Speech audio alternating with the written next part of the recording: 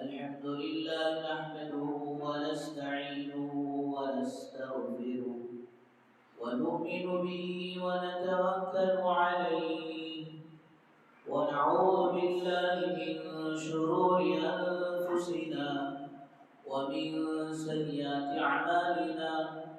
من يهده الله فلا مضل له ومن يضلل فلا هادي له ونشهد أن لا إله إلا الله وحده لا شريك له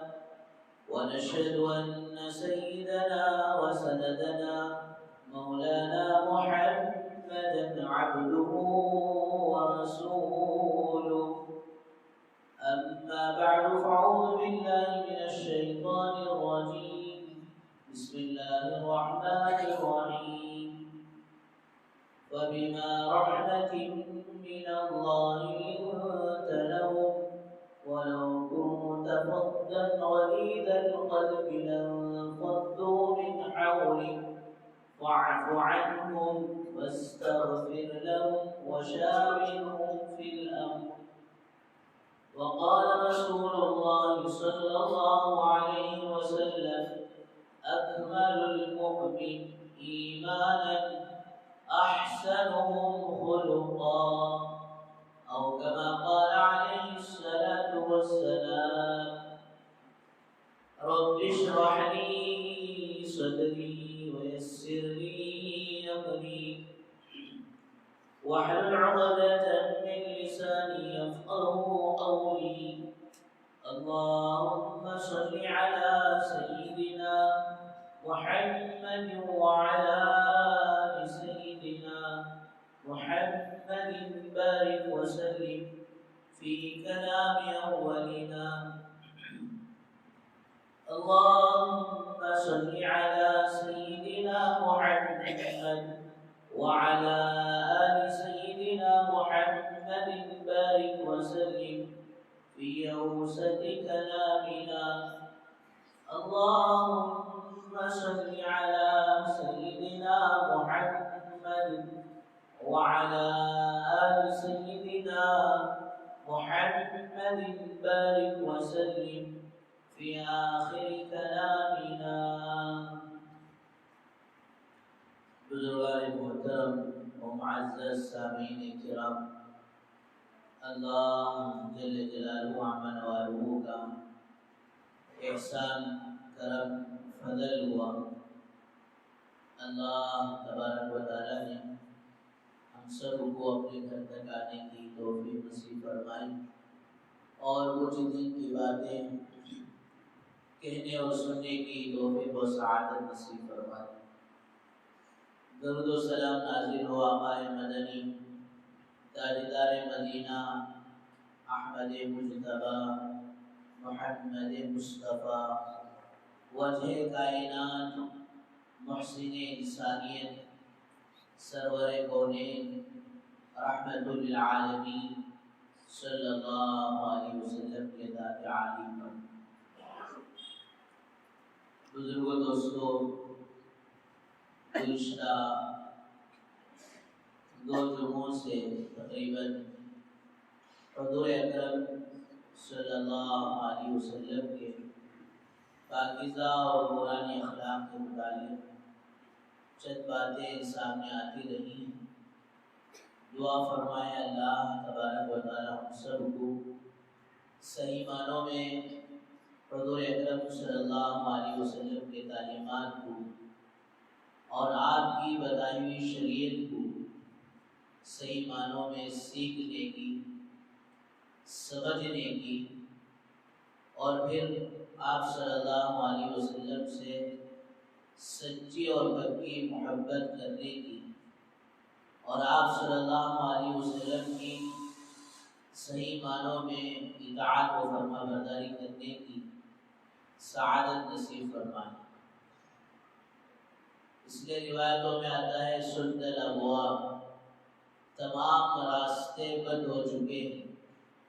ایک ہی راستہ منزل مقصود تک پہنچنے کے لیے قیامت تک اللہ تبارک و تعالیٰ نے کھلا کھلا رکھا ہے وہ حضور اکرم صلی اللہ علیہ وسلم کا راستہ ہے۔ اسی وجہ سے رحمت للعالمین صلی اللہ علیہ وسلم جب ابو سفیان کو دعوت دے رہے تھے تو آپ نے فرمایا یا ابا سفیان جئتکم بکرامت الدنیا والآخرہ، ابو سفیان میں صرف آخرت کی کامیابی و کامرانی کو لے کر نہیں آیا ہوں، میرا طریقہ اللہ تبارک و تعالیٰ نے جو مجھے دین دے کر بھیجا ہے اس دین میں، اس طریقے میں، اس شریعت میں اللہ رب العزت نے دونوں جہان کی کامیابی و کامرانی کو رکھا ہے۔ صرف آخرت نہیں بلکہ اللہ تبارک و تعالیٰ اس دین و شریعت کی برکت سے، آپ کی اتباع کی برکت سے آخرت ہی بنائیں گے، سواریں گے نہیں۔ بعض دفعہ آدمی کو دھوکہ لگ جاتا ہے کہ بھئی اگر دین کو فالو کریں گے اور شریعت کو فالو کریں گے تو دنیا جو ہے ہمارے ہاتھ سے چلی جائے گی۔ یہ سراسر مغالطہ ہے، یہ سراسر غلط ہے کہ دین کی برکت سے اللہ تبارک و تعالیٰ دوستو دنیا بھی سواری۔ من عمل صالحا من ذکر او انثى وهو مؤمن فلنحيينه حياة طیبہ، اللہ پاک کا وعدہ ہے کہ جب ایمان کامل اور مکمل ہو اور اعمال صالحہ ہو، چاہے مرد کی زندگی میں ہو عورت کی زندگی میں ہو، وہ جہاں کہیں بھی رہتا ہو اور اس حال میں بھی رہتا ہو، جب یہ دو بنیادی چیزیں اس کی زندگی میں آ جائیں گی تو اللہ پاک آخرت سے پہلے اس کی دنیا کو سنوارے، حیات طیبہ دے گی، جس زندگی کے اندر سکون بھی ہوگا، جس زندگی کے اندر راحتیں بھی ہوگی، برکتیں بھی ہوگی۔ ورنہ اللہ معاف فرمائے، آج ایک دور وہ تھا کہ آدمی 40 سال کو جا کر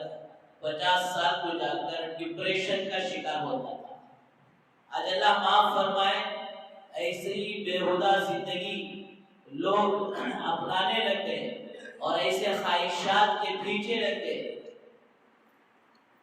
جس کی وجہ سے فرمایا آج کا جوان بچہ بھی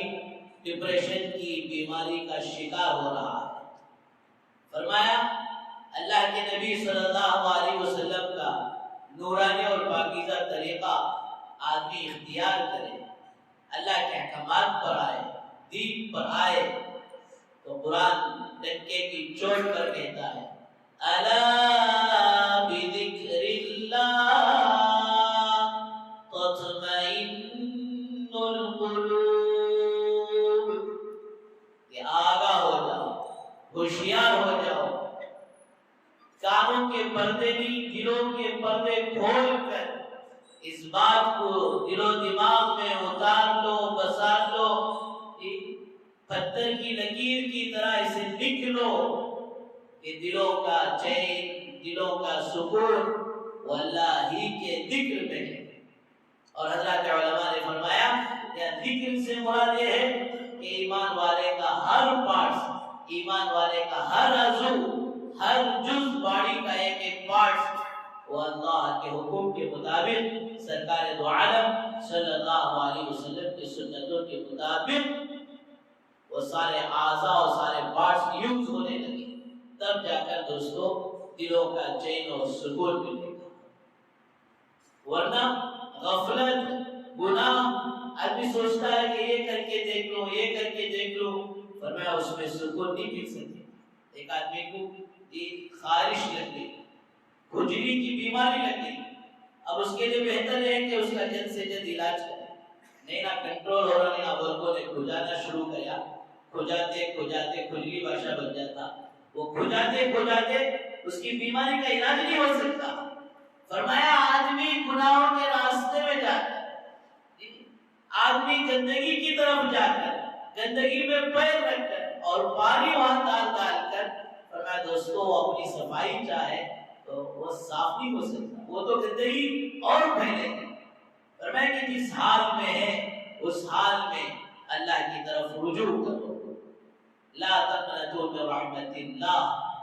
کہ اللہ کی رحمت سے نا امید ہونے کی ضرورت نہیں. ان اللہ یغفر الذنوب جميعا، اللہ تبارک و تعالی سارے گناہوں کو معاف کرنے کے لیے تیار ہے. اللہ تعالیٰ نے لکھا ہے کہ اس کے گناہ زمین سے لے کر اور فرمایا وہ بڑھتے بڑھتے آسمان کو جا کر چھو لے، آسمان تک پہنچ جائے. اس کے باوجود جب یہ صحیح معنی میں دل کی آنکھوں سے ندامت کرے گا، توبہ کرے گا، استغفار کرے گا، شرمندہ ہوگا، تو دوستو اللہ کی رحمت لمحوں کے اندر، سیکنڈوں کے اندر وہ سارے گناہوں کو پاک صاف کر دے. بہرحال مجھے عرض کرنا تھا کہ فرمایا کہ آدمی چین اور سکون راحت و عزت پانا ہے تو اس کے لیے بھی فرمایا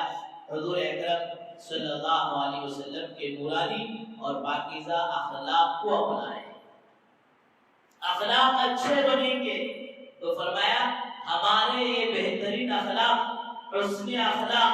فرمایا دین کے پھیلنے کا ذریعہ اور سبب بنے گا. ہماری نماز کو تو کوئی غیر دیکھ نہیں سکتا، ہمارے روزے کو کوئی غیر دیکھ نہیں سکتا، ہمارے حج اور عمرے کو وہاں تک کسی کی غیر کی بے ایمان بھائی کی رسائی اور پہنچ نہیں ہو سکتی. فرمایا دوستو ان کے لیے ایک ہی چیز ہے کہ ہم اپنے اخلاق کا اچھے سے اچھا مظاہرہ کریں. فرمایا اچھے اخلاق کی وجہ سے محبت، فرمایا ایک دوسرے سے یہ محبت بڑھے گی. آج اللہ معاف فرمائے کہ ہم اپنے اخلاق سے غیر تو غیر اپنوں کو متاثر نہیں کر رہے ہیں. ایک دور وہ تھا کہ فرمایا حضرات صحابہ کے اخلاق کو دیکھ کر لوگ ایمان میں داخل ہوتے. ایک آدمی مدینے کی دکان میں ایک صحابی کے دکان پر آیا اور آ کر چیزیں خریدنے کے واسطے پیشکش کی. انہوں نے سارا سن کر کہا بھائی دیکھ یہ ساری چیزیں تو میں ضرور آپ کو دے دیتا، لیکن آپ مجھ پر ایک احسان کر دیں کہ آپ کے اس احسان کو میں زندگی بھر نہیں بھلاؤں گا. اب یہ بیچارہ یہودی پریشان ہو رہا ہے، اس کے دکان سے میں چیزیں خریدنے آ رہا ہوں، یہ الٹا جو ہے مجھے احسان کرنے کے لیے کہہ رہا ہے. جی وہ ڈرتے ڈرتے پوچھا بھائی ایسا بڑا کام کیا کروں؟ کہا دیکھ سامنے کی جو دکان ہے یہ وہ بھی انسانیت کے ناطے یہ اگرچہ کہ بے ایمان ہے، غیر ہے، لیکن انسانیت کا تقاضا ہے کہ میں صبح سے ماشاءاللہ دکان کھولا، اتنے 4-5 گراہک میرے پاس آ گئے، آج کا گزران اور آج کی میری زندگی کا یہ کھانے پینے کا میرا رہن عیال کا آسانی سے انتظام ہو جائے گا. بیچارہ سامنے جو بیٹھا ہے یہ بیٹھا ہی رہ گیا، اب تک کوئی گراہک اس کے پاس نہیں گیا. اس لیے بھائی اچھا ہے کہ تو میرے دکان سے یہ سودا سر خریدنے کے بجائے اس کی دکان سے لے لے تاکہ آج بھی اس کی روزی روٹی کا کچھ انتظام ہوتا ہے. تو بیچارہ حیران پریشان، ارے آخر یہ بھی کیسا تاجر ہے، یہ بھی کیسا بزنس مین ہے، یہ بھی کیسا دکاندار ہے. ہر کوئی چاہتا ہے کہ میرا دکان چلے، میری دکان بنے، میری کمائی ہو، مجھے پیسہ جمے، ہر کوئی میرا چاہتا ہے. یہ بھی عجیب انسان ہے کہ بجائے اپنے نفع کو پانے کی بجائے اس کے پاس بھیج رہا ہے. جس طرح آج اللہ معاف فرمائے ہمارا ایک محلے میں ایک دکان کے سامنے اور ایک دکان کھل جائے تو فرمایا ہمیں ہضم نہیں ہوتا، ہمیں عجیب طرح کی کیفیت ہو جاتی ہے. نحن قسمنا بینہم معیشتہم فی الحیات الدنیا، اللہ کہہ رہے کہ روزی کو ہم نے تو لوگوں کے درمیان میں تقسیم کر دی ہے. اللہ پاک وہ کسی بھی طرح سے ہیلے بہانے ذریعے بنا کر روزی پہنچائیں گے. اب یہ سمجھنا کہ اس کے دکان کھولنے کی وجہ سے میری دکان ٹھنڈی پڑ جائے گی یا میرا گراہک جو اس کے پاس چلا جائے گا، دوستو یہ اللہ کی ذات پر توکل اور بھروسے کی کمی کی بات ہو جائے. بہرحال یہ آدمی گیا اور جا کر جو اسے یہ چیزیں خریدنے کے بعد پھر واپس آیا تو یہ صحابی کہہ رہے ہیں یہ آپ کا احسان میں کبھی بھول نہیں پاؤں گا، آپ نے بڑا احسان کیا. ارے بھائی کیا وہاں کوئی چیزیں تو کمی رہی نہیں ملی؟ فرمایا سامان تو وہاں میں نے خرید لیا، ایمان کو آپ سے خریدنے آیا. فرمایا اس عمل کو دیکھ کر، اس حسن اخلاق کو دیکھ کر، اس ہمدردی کو دیکھ کر اس طرح میں نے کچھ ترجمہ کیا کہ خاندان کو، قبیلے کو اور پھر اسلام کو، ایمان کو ایک طرف رکھو اور انسانیت کے ناطے ہر کسی سے ہمدردی کا، حسن اخلاق کا معاملہ کرو۔ یہ حضور اکرم صلی اللہ علیہ وسلم کی ماشاءاللہ سیرت رہی ہے۔ آپ نے اپنے غیروں کو اپنایا۔ ابو لہب کی بیوی کی جو رشتے کا چچا ہوتا تھا، فرمایا آپ کے راستے میں کانٹے بچھایا کرتی تھی۔ تبت یدا ابی لہب وتب ما اغنى عنه ماله وما كسب سيصلى نارا ذات لهب وامرأته، اللہ تعالیٰ نے تذکرہ کیا وامرأته حمالة الحطب، کہ اس کی بیوی بھی میرے آقا صلی اللہ علیہ وسلم کے میرے محبوب کے راستے میں کانٹے بچھایا کرتی تھی۔ فرمایا ایک دو چار دن کانٹے بچھا رہی ہے، اور جب وہ ایک دن آپ صلی اللہ علیہ وسلم اس راستے سے گزر رہے ہیں اور کانٹے نہیں ہیں، تو آپ معلوم کر رہے ہیں کہ اس عورت کو، اس میرے رشتے کی چاچی کو کیا ہوا۔ اور پھر آپ گھر پہنچ کر معلوم کیے کہ چاچی کیا بات ہے، خیریت تو ہے، روزانہ آپ مجھے تکلیف دے رہے ہیں، آج کل آپ میرے راستے میں کانٹے نہیں بچھا رہے، آپ کو اگر کوئی تکلیف ہو، پریشانی ہو تو بتائیں، محمد اس تکلیف اور پریشانی کو دور کرنے کے لیے تیار ہے۔ اللہ اکبر کبیرہ۔ اس لیے فرمایا آپ پر پتھر برسانے والوں پر آپ نے پھول برسایا۔ اس لیے حضرات علماء نے لکھا ہے حسن اخلاق کے تین درجے ہیں۔ ایک درجہ یہ حسن خلق، جزاء سیئۃ بمثلها، کہ اگر کوئی خدا نخواستہ تکلیف دیا تو فرمایا کہ اس کے بقدر اس کے ساتھ معاملہ کیا جائے۔ فرمایا اس سے بھی آگے بڑھ کر یہ فرمایا دوستو حسن خلق کریم ہے، فمن عفا واصلح فاجره علی اللہ، کہ اس کو معاف بھی کر دیا جائے۔ حسن رضی اللہ عنہ اپنے گھر میں ایک مہمان کے ساتھ یہ بات چیت میں مشغول ہیں، باندھی گھر کی نوکرانی شیوا لے جاتے ہوئے گرم حسن رضی اللہ عنہ کے اوپر گرا دیا، ہاتھ چھوٹ گیا، شیوا پڑا، غصہ آیا تو فرمایا فوراً ڈھونڈ کر حسن رضی اللہ عنہ دیکھنے لگے، جیسے روح ایسے فرشتے۔ فرمایا وہ نوکرانی اور کام والی تو تھی، لیکن کس کے گھر تھی؟ الحسن والحسین سید شباب اہل الجنہ، وہ تو جنتی نوجوانوں کے سردار کی باندھی تھی۔ فوراً سمجھ گئی کہ میرے آقا میرے سردار غصے میں آ گئے، تو قرآن مجید پڑھنا شروع کر دیا، الذین ينفقون فی السراء والضراء والکاظمین الغیظ، یہ اللہ کے نیک بندے فرمایا کہ جو وہ کبھی چھپ کر کبھی علانیہ اللہ کے راستے میں خرچ کرتے ہیں، اور پھر دوسری صفت پڑھی والکاظمین الغیظ، اور اللہ کے نیک بندے غصے کو پی جاتے ہیں۔ فوراً حسن رضی اللہ عنہ کے یہ زبان مبارک سے نکلا شربت الغیظ، جا میں غصے کو پی لیا، تجھے کوئی اب ڈانٹ ٹپٹ نہیں کروں گا۔ انہیں وہاں بس نہیں کری اور کنٹینیو کری، فاعفو عنہم، اور ماشاءاللہ ایسے لوگ معاف بھی کر دیتے۔ فوراً انہوں نے کہا عفوت، جب میں نے تجھے معاف بھی کر دیا، پھر اس نے اسی پر بس نہیں کی، واللہ یحب المحسنین، جو لوگوں کے یہ غصے کو پی جاتے ہیں، معاف کرتے ہیں، اللہ پاک ایسے احسان کرنے والے بندوں سے محبت کرتے ہیں۔ فرمایا سننا تھا، حسن نے کہا جب میں نے تجھے آزاد بھی کر دیا، شیروا بھی گرائی، حضرت کا نقصان بھی کیا، غصے کو بھی ٹھنڈا کرا دیا، اور فرمایا دوستو آزاد بھی ہو کر چلی گئی۔ ایسے اخلاق، ایسے حسن اخلاق حضور اکرم صلی اللہ علیہ وسلم کے، اپنا تو اپنے غیروں کے ساتھ آپ نے وہ بھلائی کا، وہ ہمدردی کا یہ معاملہ کیا ہے کہ لوگ جوق در جوق اسلام میں داخل ہو جاتے۔ اسامہ بن اسارہ فرمایا کہ ایک قبیلے کے ایک سردار تھے، بڑا جو اسلام کو نقصان پہنچایا، صحابہ کے ہاتھ لگے تو لا کر مسجد نبوی کے سجود سے باندھ دیا۔ مسجد نبوی اس زمانے میں کیا تھی؟ فرمایا جہاں مسجد تھی، اللہ کے گھر، ماشاءاللہ آ کر سجدہ کرنے کی جو جگہ تھی، فرمایا وہ مدرسہ بھی تھا، فرمایا اس کے ساتھ ساتھ وہ خانقاہ بھی تھی، اس کے ساتھ ساتھ وہ جیل خانہ بھی تھا، اس کے ساتھ ساتھ دوستو ہائی کورٹ بھی تھا. اب لا کر باندھ دیے. اللہ کے نبی صلی اللہ علیہ وسلم ہر نماز میں آ کر پوچھتے کیف حال کیف حال, تمہارا حال کیا ہے؟ اور صحابہ سے کہتے دیکھو یہ اپنے قوم کا سردار ہے, اس کا پورا خیال رکھو, اسے اچھے سے اچھا کھانا کھلاؤ. اور فرمایا ہر دن مطالبہ ہوتا کہ اسلام قبول کر لو, آزاد ہو کر چلے جاؤ. ایک دن گزرا, 2 دن گزرا, 3 دن کی دوستو یہ اس کے قید کا وقت تھا. 3 دن کے بعد جو ہے فرمایا انہیں آزاد کیا. گئے سامنے جو ہے ایک باغ تھا, اس میں جا کر غسل کیا اور آ کر کہا اشہد ان لا الہ الا اللہ و اشہد ان محمد رسول اللہ. صحابہ پوچھ رہے اگر پہلے ہی دن اگر آپ اسلام قبول کر لیتے تو آپ کو اور 2 دن قید میں رہنے کی ضرورت نہیں پڑتی.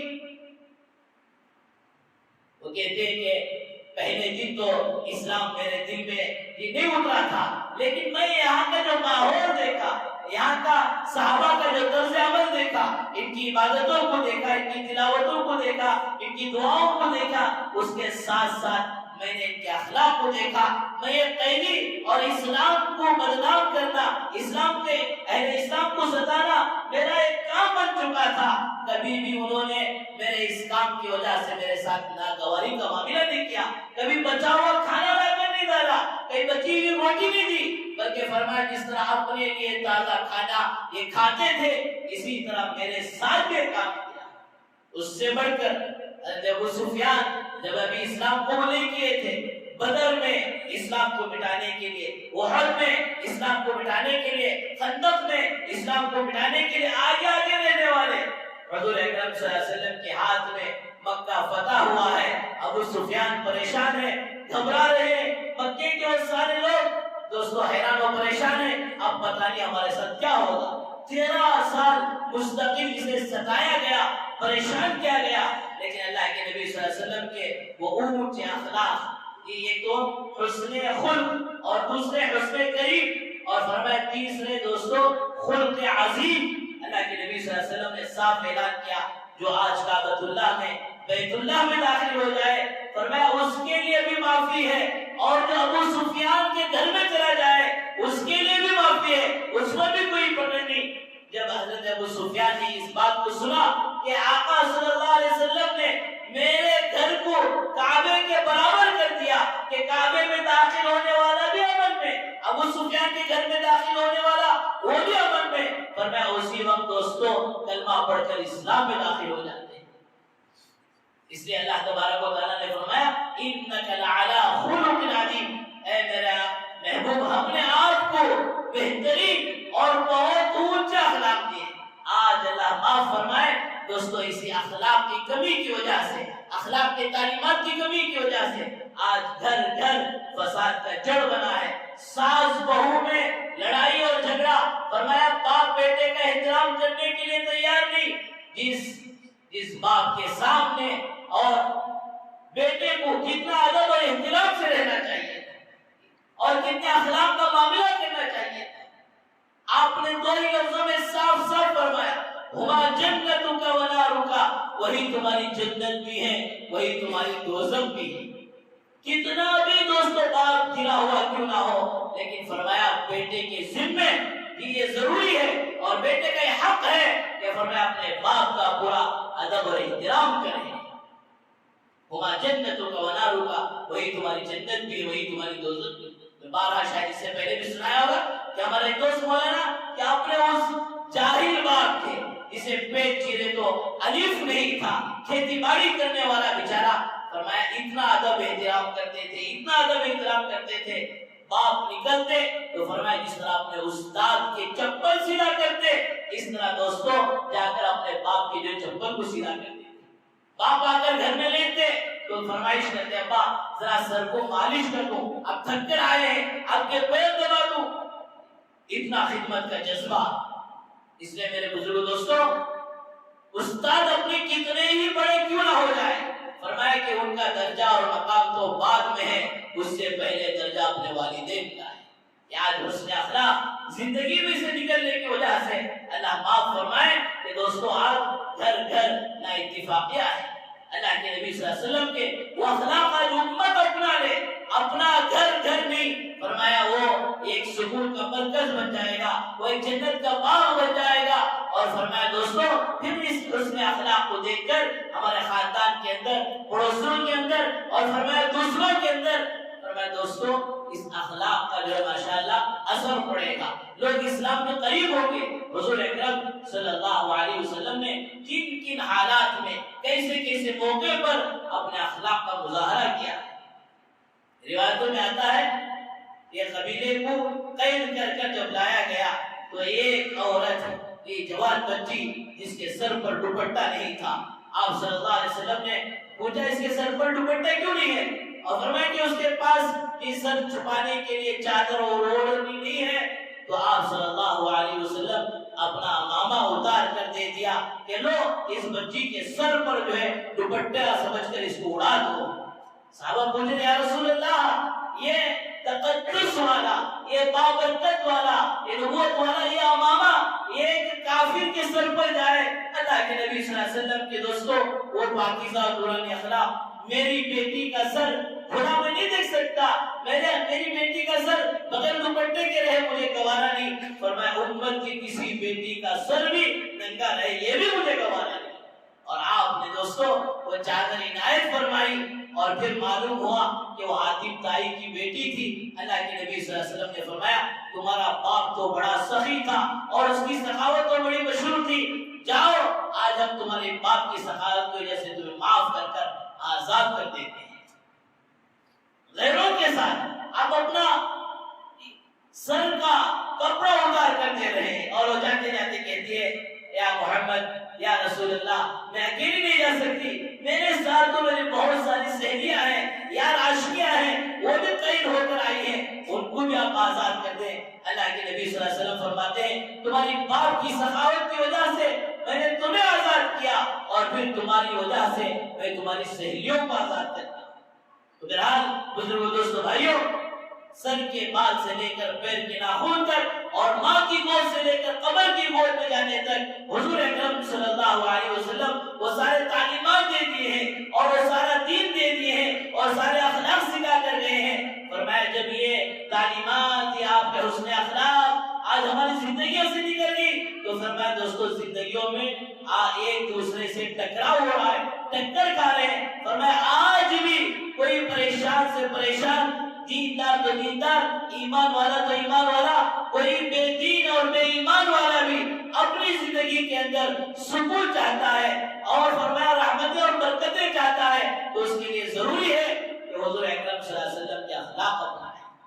شادی بیاہ کا موقع ہو، ماں باپ کا اولاد کا ماں باپ کے ساتھ معاملہ ہو، اور ماں باپ کا اولاد کے ساتھ معاملہ ہو، شوہر کا بیوی کے ساتھ ہو، بیوی کا شوہر کے ساتھ ہو، پڑوسی کا پڑوسی کے ساتھ ہو، ایک طرف مالک ہے تو اس کے یجمان کا معاملہ ہو، ایک طرف یجمان ہے تو اس کے نوکروں کا معاملہ ہو، ہر معاملے میں، اس لیے کہ خدا کی قسم میرے اور آپ کے آقا صلی اللہ علیہ وسلم کو اللہ تبارک و تعالیٰ نے رحمت للعالمین بنایا۔ وما ارسلناک الا رحمت للعالمین، اے میرے محبوب ہم نے سارے عالم کے لیے آپ کو رحمت بنا کر بھیجا ہے۔ فرمایا آپ کا کوئی طریقہ، آپ کی کوئی سنت اور آپ کا کوئی اخلاق فرمایا دوستو کسی کو تکلیف دینے والا ہو ہی نہیں سکتا۔ آپ کے ہر ادا میں، آپ کے ہر اخلاق میں، اور آپ کے ہر سنت میں فرمایا دوستو اللہ تبارک و تعالیٰ نے رحمت ہی رحمت رکھا ہے، برکتیں ہی برکتیں رکھی ہیں۔ اگر ہم چاہتے ہیں کہ ہمارے گھر سنورے اور ہماری زندگی سنورے، ہمارے معاشرہ سنورے، تو دوستو ضروری ہے کہ فرمایا حضور اکرم صلی اللہ علیہ وسلم کے اخلاق کو، آپ کی تعلیمات کو اپنا کر زندگی گزارے۔ موضوع سے ہٹ کر، عنوان اور ٹاپک سے ہٹ کر ایک بات یہ بھی کہ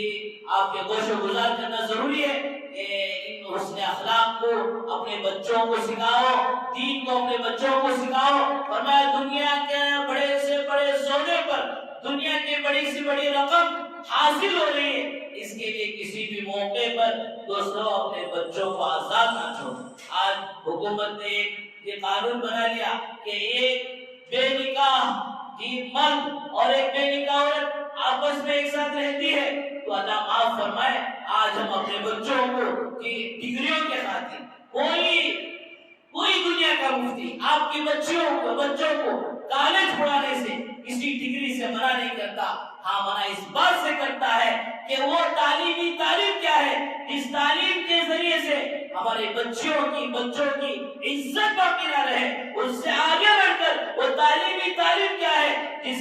جس کی وجہ سے آج ہمارے بچوں کا دین سلامت اور محفوظ نہ ہو. ایسی تعلیمات سے تو ان پڑھ بن کر گھروں میں بیٹھنا، اپنی عزت کی، اپنے دین کی، ایمان کی حفاظت کرنا یہ بہت اونچی بات ہے. یہ دلی کا واقعہ آپ نے سنا ہوگا کہ ایک لڑکا اور لڑکی اسی طرح جیون کیا کہتے ہیں اس معاملے میں گئے اور پھر حادثہ اتنا خطرناک ہوا. اس میں میرے بزرگوں دوستوں دنیا کا نفع جتنا بھی بڑھا جائے ہم اسے دین میں رکھ کر، شریعت میں رکھ کر، پردے کا اہتمام رکھ کر تو لیں گے. ایسا نہیں کہ دنیا کے چند کوڑیوں کے واسطے، دنیا کے چند پیسوں کے واسطے ہمارے بچے بے غیرت بن جائے اور ان کے دین کی، عزت کی کوئی حفاظت نہ ہو. ایسا ہرگز معاملہ نہ کریں. پڑھائیں لیکن ساتھ ہی ساتھ اس کی نگرانی ضروری ہے. بچی کہیں دوسرے شہر میں جاتی ہے یا کسی ملک میں جاتی ہے تو وہاں اس کے ایمان کی، وہاں اس کے اسلام کی، اس کی عزت کی حفاظت ہو رہی ہو، اس کا پورا خیال رکھیں. اللہ تعالیٰ سے دعا فرمائے اللہ تعالیٰ ہم سب کو حسن اخلاق کو اور کامل اور مکمل دین کو سیکھ کر سمجھ کر زندگی گزارنے کی بھرپور توفیق و سعادت نصیب فرمائے. وآخر دعوانا الحمدللہ رب العالمین. جو اللہ سنت نے پڑھی